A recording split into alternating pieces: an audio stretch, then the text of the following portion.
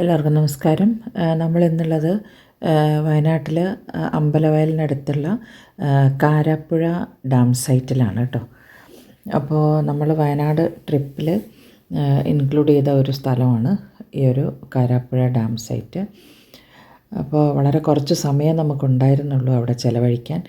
എങ്കിലും നമ്മൾ എല്ലാം ചുറ്റിക്കണ്ടു. ഡാം സൈറ്റിനോടനുബന്ധിച്ച് വളരെ ഭംഗിയായിട്ട് ഒരു പാർക്ക് സെറ്റ് ചെയ്തിട്ടുണ്ട്. കേരളാസ് ലോങ്ങസ്റ്റ് സിപ്പ് ലൈൻ എന്നൊക്കെ ഇവിടെ എഴുതി വെച്ചത് കണ്ടു. അപ്പോൾ കേരളത്തിലെ ഏറ്റവും ദീർഘമേറിയ സിപ്പ് ലൈനുകളിൽ ഒന്നാണ് ഈ ഒരു സിപ്പ് ലൈൻ, ഇവിടെയുള്ള സിപ്പ് ലൈൻ. അപ്പോൾ സിപ്പ് ലൈനൊന്ന് കയറാൻ നമുക്ക് സമയം ഉണ്ടായിട്ടുണ്ടായിരുന്നില്ല. എല്ലാവർക്കും കയറണം എന്നൊക്കെ ആഗ്രഹം ഉണ്ടായിരുന്നു, പക്ഷേ നമ്മുടെ സമയം അതിനനുവദിച്ചില്ല. കാരണം അത്രയും പേരുണ്ടായിരുന്നു. ഞങ്ങളൊരു ലേഡീസ് ഗ്രൂപ്പാണ് കേട്ടോ. ഫ്രീ ബേർഡ്സ് എന്നാണ് ഈ ഒരു ലേഡീസ് ഗ്രൂപ്പിൻ്റെ പേര്. ലേഡീസ് ഓൺലി ഗ്രൂപ്പാണ്. അപ്പോൾ ഞങ്ങൾ മന്ത്ലി ഒരു ട്രിപ്പ് നടത്താറുണ്ട്. ഞങ്ങളുടെ മീറ്റിങ്സ് ഞങ്ങളൊരു ട്രിപ്പായിട്ടാണ് നടത്താറുള്ളത്. അപ്പോൾ ആ ഒരു ഈ മാസത്തെ ജനുവരി മാസത്തിലെ ഞങ്ങളുടെ ഒരു മീറ്റിംഗ് ആയിരുന്നു ഈ ഒരു ട്രിപ്പിലൂടെ ഞങ്ങൾ ചെയ്തത്. അപ്പോൾ ഈ കാരാപ്പുഴ ഡാം സൈറ്റ് എന്ന് പറയുന്നത്, ഞങ്ങൾ ചെന്ന സമയത്ത് ഡാം സൈറ്റിലേക്ക് പ്രവേശനം ഉണ്ടായിരുന്നില്ല. അങ്ങോട്ട് പ്രവേശനം അനുവദിക്കുന്നില്ല. അവിടെ എന്തൊക്കെയോ കൺസ്ട്രക്ഷൻ വർക്കൊക്കെ നടക്കുന്നുണ്ട് എന്ന് പറഞ്ഞു. അപ്പോൾ അതുകൊണ്ട് തന്നെ ഡാം സൈറ്റിലോട്ട് നമുക്ക് പോകാൻ പറ്റിയില്ല. പക്ഷേ ഈ പാർക്ക് വളരെ ഭംഗിയായിട്ട് സെറ്റ് ചെയ്തിട്ടുള്ള ഒരു പാർക്കാണ് കേട്ടോ. ഇതിനോടനുബന്ധിച്ച് ഒരു അഡ്വെഞ്ചറസ് പാർക്കും ഉണ്ട്. അവിടെ ഒരുപാട് അഡ്വെഞ്ചറസ് ആയിട്ടുള്ള ആക്ടിവിറ്റീസ് ഉണ്ട്. സിപ്പ് ലൈൻ ഉണ്ട്, അതുപോലെ ഒരുപാട് അഡ്വെഞ്ചറസ് ആയിട്ടുള്ള ആക്ടിവിറ്റി ഉണ്ട്. പിന്നെ ഒരു ജയൻറ്റ് സ്വിങ് ഉണ്ട്. അങ്ങനെ കുറേ ആക്ടിവിറ്റീസ് ഉള്ള ഒരു സ്ഥലമാണ്. അപ്പം ആക്ടിവിറ്റീസിനൊന്നും നമുക്ക് സമയം ഉണ്ടായിരുന്നില്ല. എങ്കിലും നമ്മൾ പാർക്കൊക്കെ നടന്ന് കണ്ടു. പിന്നെ അവിടെ ഒരു വാച്ച് ടവർ ഉണ്ട്.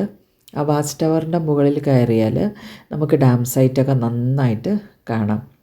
അപ്പോൾ നമ്മൾ വാച്ച് ടവറിൽ കയറി കുറേ ഫോട്ടോസും വീഡിയോസും ഒക്കെ എടുത്തു.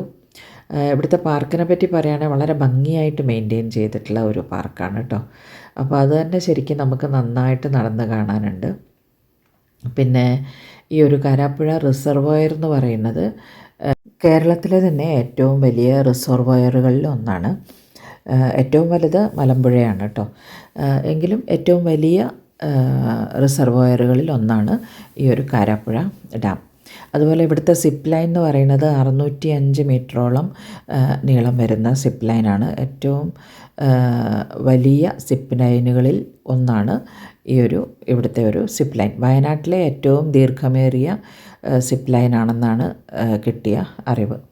അപ്പോൾ ഇവിടെ എഴുതി വച്ചിരിക്കുന്നത് കേരളത്തിലെ ഏറ്റവും വലിയ സിപ്പ് ലൈൻ എന്നൊക്കെയാണ്. അപ്പോൾ ഞങ്ങൾ ഇതൊക്കെ നടന്ന് കണ്ടു. ടൂറിസം ഡിപ്പാർട്ട്മെൻറ്റ് വളരെ ഭംഗിയായിട്ട് തന്നെ സെറ്റ് ചെയ്തിട്ടുണ്ട്.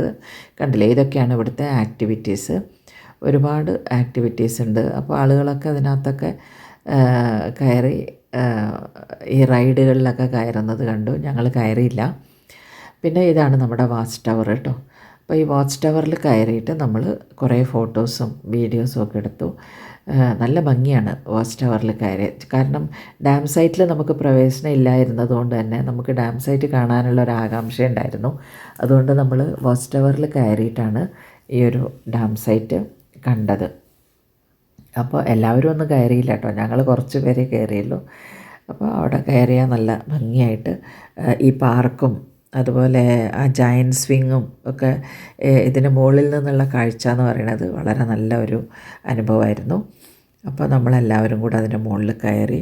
കുറേ സ്റ്റെപ്സ് ഉണ്ട്. സ്പൈറലായിട്ട് കുറച്ച് സ്റ്റെപ്സ് കയറി മുകളിലെത്തിയാൽ നമുക്ക് വളരെ ഭംഗിയുള്ള കാഴ്ചയാണ് മുകളിൽ നിന്നുള്ള ആ ഒരു കാഴ്ച.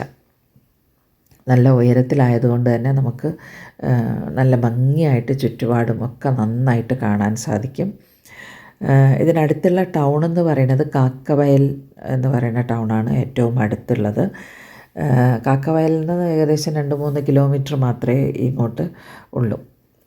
നമ്മൾ അതിന് മുമ്പായിട്ട് നമ്മൾ മ്യൂസിയം വിസിറ്റ് ചെയ്തു. മ്യൂസിയം വിസിറ്റ് ചെയ്തതിന് ശേഷമാണ് നമ്മൾ ഈ ഒരു ഡാം സൈറ്റിലേക്ക് വന്നിട്ടുള്ളത്. അപ്പോൾ ഈ ഡാം സൈറ്റിൽ നോക്കുമ്പോൾ നമുക്ക് അവിടെയായിട്ട് ചെറിയ ചെറിയ ഐലൻഡ്സ് പോലെ ഫോം ചെയ്തത് കാണാം. ഒരുപാട് പക്ഷികളൊക്കെ വന്ന് പോകുന്നുണ്ടെന്നാണ് അറിയാൻ കഴിഞ്ഞത്. അപ്പം നമുക്കതൊന്നും കാണാൻ പറ്റിയില്ല. വാച്ച് ടവറിൻ്റെ മുകളിൽ നിന്നാണ് നമ്മൾ ഈ ഒരു വ്യൂ കണ്ടത്. ഒരുപാട് ഐലൻഡ്സ് ഉണ്ട്. കുഞ്ഞു കുഞ്ഞു ഐലൻഡ്സ് പോലെ ഇങ്ങനെ ഫോം ചെയ്തിട്ടുണ്ട് ഈ ഒരു റിസർവോയറിൻ്റെ പല സ്ഥലത്തും. അത് വളരെ ഭംഗിയുള്ളൊരു കാഴ്ചയായിരുന്നു. ഇതാണ് കണ്ടോ, നല്ല ഭംഗിയുള്ള കാഴ്ചയാണ് മുകളിൽ നിന്ന്. ഇത് ജയൻറ്റ് വീലാണ്. അപ്പോൾ ജയൻറ്റ് വീലിൽ 2-3 ആൾക്കാർ കയറിയിരിക്കുന്നുണ്ട്. അപ്പോൾ അവരെ അങ്ങ് വിടുമ്പം കുക്കി വിളിയും ബഹളമൊക്കെ ആയിരുന്നു. അപ്പോൾ സൗണ്ട് ഞാൻ എടുത്തിട്ടില്ല, വോയിസ് ഓവർ കൊടുക്കുകയായതുകൊണ്ട്. സൗണ്ട് എടുക്കാത്തത് കൊണ്ടാണ്. ഭയങ്കര കുക്കി വിളിയൊക്കെ ആയിരുന്നു. അപ്പോൾ ദൂരെ മലനിരകളൊക്കെ കാണാൻ നല്ല ഭംഗിയാണ്. കണ്ടില്ലേ എന്തൊരു ഭംഗിയാണെന്ന് നോക്കൂ. മുകളിൽ നിന്നുള്ള ഈ ഒരു ഡിസ്റ്റൻ്റ് ആയിട്ടുള്ള ആ മലനിരകളുടെയൊക്കെ വ്യൂ ഉണ്ടല്ലോ, വളരെ നല്ല ഒരു വ്യൂ ആയിരുന്നു. അപ്പോൾ അതൊക്കെ നമ്മൾ നന്നായിട്ട് ആസ്വദിച്ചു. ഇതും ഒരു എർത്തൻ ഡാമാണ് കേട്ടോ. നമ്മൾ നേരത്തെ ബാണാസുര സാഗറിനെ പറ്റി പറഞ്ഞതുപോലെ തന്നെ ഇതും കല്ലും മണ്ണും മാത്രം ഉപയോഗിച്ച് ഉണ്ടാക്കിയിട്ടുള്ള ഒരു ഡാമാണ് ഈ ഒരു കാരാപ്പുഴ ഡാമും. ഇത് കബനി നദിയുടെ പോഷക നദിയായിട്ടുള്ള കാരാപ്പുഴ നദിയിലാണ് ഈ ഒരു ഡാം ഉണ്ടാക്കിയിട്ടുള്ളത്. അപ്പോൾ ഇതിൻ്റെ റിസർവോയർ എന്ന് പറയുന്നത് വളരെ നല്ല വിശാലമായ റിസർവോയറാണ്. One of the biggest reservoirs in Kerala ആണെന്നാണ് അറിയാൻ കഴിഞ്ഞത്. ദൂരെ മലനിരകളുടെയൊക്കെ ആ ഒരു കാഴ്ചയുണ്ടല്ലോ, അയ്യോ നയന മനോഹരമായിട്ടുള്ള കാഴ്ചയായിരുന്നു. നമ്മൾ കുറേ സമയം ഇതൊക്കെ നോക്കി നിന്നു, അതിൻ്റെ വീഡിയോസ് എടുത്തു, ഫോട്ടോസ് എടുത്തു. അതൊക്കെ ശരിക്കും സത്യം പറഞ്ഞാൽ നമ്മുടെ നാട് എത്ര ഭംഗിയാണല്ലേ. അപ്പോൾ ഇത് ശരിക്കും എല്ലാവരും വയനാട് വിസിറ്റ് ചെയ്യുകയാണെങ്കിൽ ഇത് കാണേണ്ട ഒരു കാഴ്ച തന്നെയാണ്. ഈ വാച്ച് ടവറിൻ്റെ മുകളിൽ നിന്നുള്ള ഒരു കാഴ്ച എന്ന് പറയുന്നത് അതിമനോഹരമായിട്ടുള്ള ഒരു കാഴ്ചയാണ് കേട്ടോ. അപ്പോൾ വയനാട് വിസിറ്റ് ചെയ്യുകയാണെങ്കിൽ എ മസ്റ്റ് വിസിറ്റ് പ്ലേസാണ് ഈ ഒരു കാരാപ്പുഴ ഡാം സൈറ്റ്. ഇപ്പോൾ അങ്ങോട്ട് പ്രവേശനമില്ല. അപ്പോൾ അവിടുത്തെ വർക്കൊക്കെ കഴിഞ്ഞാൽ ചിലപ്പോൾ പ്രവേശനം ഉണ്ടാവുമായിരിക്കും. നേരത്തെ പ്രവേശനം ഉണ്ടായിരുന്നു, ബോട്ടിംഗ് ഉണ്ടായിരുന്നു. ഇപ്പോൾ അതൊന്നുമില്ല. ഇപ്പോൾ എല്ലാം നിർത്തിയിരിക്കുകയാണ് വർക്ക് നടക്കുന്നത് കൊണ്ട്. അപ്പോൾ എന്തായിരുന്നാലും നിങ്ങൾക്ക് വയനാട് വന്നു കഴിഞ്ഞാൽ വിസിറ്റ് ചെയ്യാൻ പറ്റിയ ഒരു സ്ഥലമാണ് ഈ ഒരു കാരാപ്പുഴ ഡാം സൈറ്റ്. അപ്പോൾ ഞങ്ങൾ കാഴ്ചകളൊക്കെ കണ്ട് അത് കഴിഞ്ഞതിന് ശേഷം നമ്മൾ പെട്ടെന്ന് തന്നെ വീട്ടിലേക്ക് മടങ്ങുകയാണ് ചെയ്തത്. കാരണം വയനാട് ചുരത്തിൽ എപ്പോഴും ബ്ലോക്ക് വരാനുള്ള സാധ്യതയുണ്ട്. അപ്പോൾ അതുകൊണ്ട് തന്നെ നമ്മൾ വൈകുന്നേരങ്ങളിലൊക്കെ നമ്മൾ പെട്ടുപോയി കഴിഞ്ഞാൽ ഭയങ്കര ബുദ്ധിമുട്ടായി പോകും. ഇപ്പോൾ നമ്മുടെ കൂടെയുള്ള ആളുകൾക്കൊക്കെ വീടുകളിൽ എത്തണം എന്നുണ്ടെങ്കിൽ വീട്ടിൽ വയ്യാത്ത ആൾക്കാരൊക്കെ ഉണ്ട് പലർക്കും. അപ്പോൾ അതുകൊണ്ട് തന്നെ നമ്മൾ അധിക സമയം അവിടെ ചിലവഴിച്ചില്ല. നമ്മൾ ഏകദേശം ഒരു 3, 3:30, 4 മണിയൊക്കെ ആയപ്പോൾ നമ്മൾ തിരിച്ചു പോരുകയാണ് ചെയ്തത്. കാരണം ട്രാഫിക് ബ്ലോക്ക് വന്നു കഴിഞ്ഞാൽ ബുദ്ധിമുട്ടാവും എന്നുള്ളത് കൊണ്ട് തന്നെ നമ്മൾ തിരിച്ചു പോന്നു. അപ്പോൾ ഇതൊക്കെയായിരുന്നു ഇന്നത്തെ ഒരു കാഴ്ച.